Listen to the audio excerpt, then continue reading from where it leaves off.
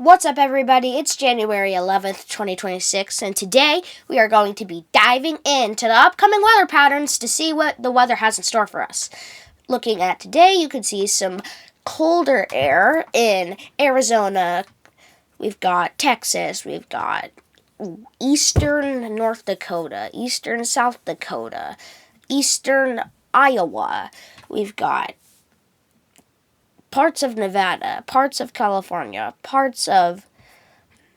in the Sierras it's actually a little warmer, but most of California, we've got Arizona, New Mexico, Texas, as I've already mentioned, and mainly this cold shot of air is going to be favorable for Mexico.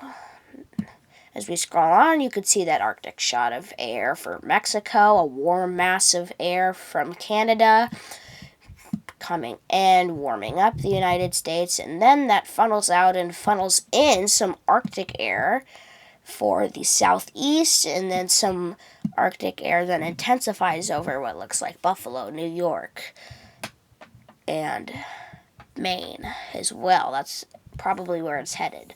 So that's everything I have for you on the temperature anomaly, but we can look at the 2-meter temperature anomaly. This is today. You could see some colder air over the Rockies. Then that comes up, crashes back down, and then you have some colder air going towards Maine. And the freezing line crashes down over Minnesota. Great Lakes region stays there, gets colder, and then moves on, and appears to be crashing back down again into the future. Looking at the precipitation total in inches. This is today. As you can see, tons of precipitation for the Pacific Northwest. That's no big surprise. Heavy precipitation totals over, just missing the East Coast. We've got some heavy precipitation totals down south in Mexico, in that general area. Some precipitation starting to build over the Pacific Northwest once again, and also the southeast. Looking at our this is on January 11th, the cumulative max 10-meter wind gust in miles per hour. You can see as we scroll on, there's some intensifying wind over Mexico, and that very thin band of high wind for that streak in Montana right here, and also up in British Columbia. Let me go to what? Oh, okay. I can't do North America. Sorry, I didn't expect that. So we can only assume. Maybe I can. Okay, let's try Northern Hemisphere. Okay, there. But no, I don't want this. I want the wind. And of course I can't look at it. Okay, well, I'm sorry, guys, but for some reason, my website won't let me look at North America. So we're going to have to look at that in another video, hopefully this afternoon, as we go back to our stupid wind, which is what we were at. Hopefully I could find where we were at. Here we are. Big surprise. Here we go. I would say there should be a high wind warning up there. Gusts over 68 miles an hour is what it looks like. There should also be a high wind watch to a warning here. Not sure many people live there, but something to keep an eye on. As we look at our snow, what does all of that precipitation and cold air mean for snow? Well, this is what it means. As we look on today, you could see plenty of snow for the mountains out west, plenty of snow for everything up north of the American border. You could see as we scroll on. I'm going to max this out here. This is on January 17th. A little bit less snow for the mountains out west, but that'll probably build up again in February and late January.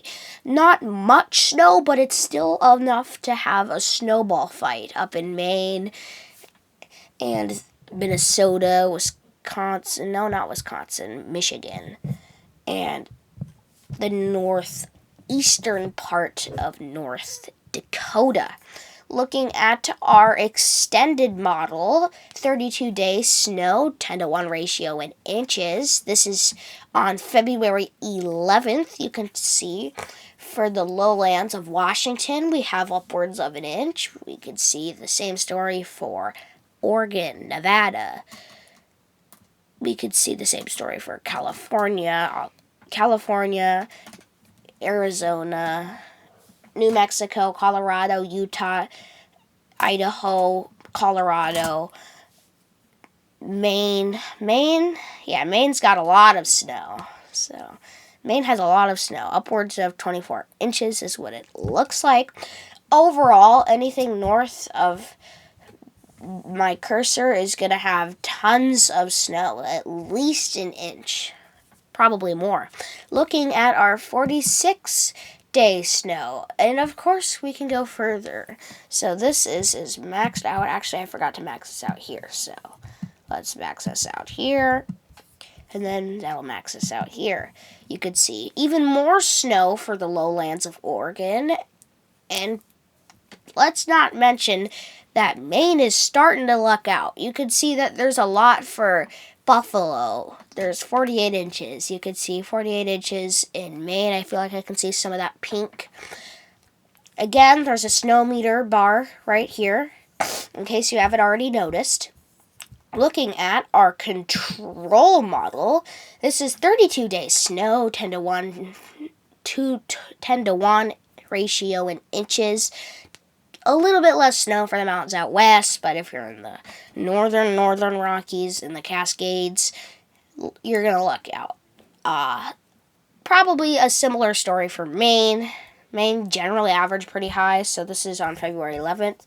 But what really gets me excited is looking at the 46-day snow, 10-to-1 ratio in inches. I forgot to max this out again, sorry. Max out here. This is on February 25th. You could see, wow, you can really see 48 inches in Maine. You could see 48 inches for Missoula, Montana, Boise, Idaho.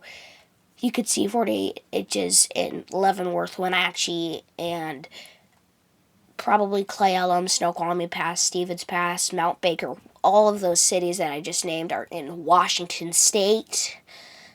Tons of snow overall for everything north of Interstate 80 is probably guaranteed 6 inches plus. So, if I had to give you one recommendation for this, it's put the sled by the door because the snow's coming. That's crazy. That is just about all the weather talk I have for you in today's video. I will see you again this afternoon. So until then, make sure to like, subscribe, comment, and share this video with friends and family. And I will see you this afternoon. Goodbye.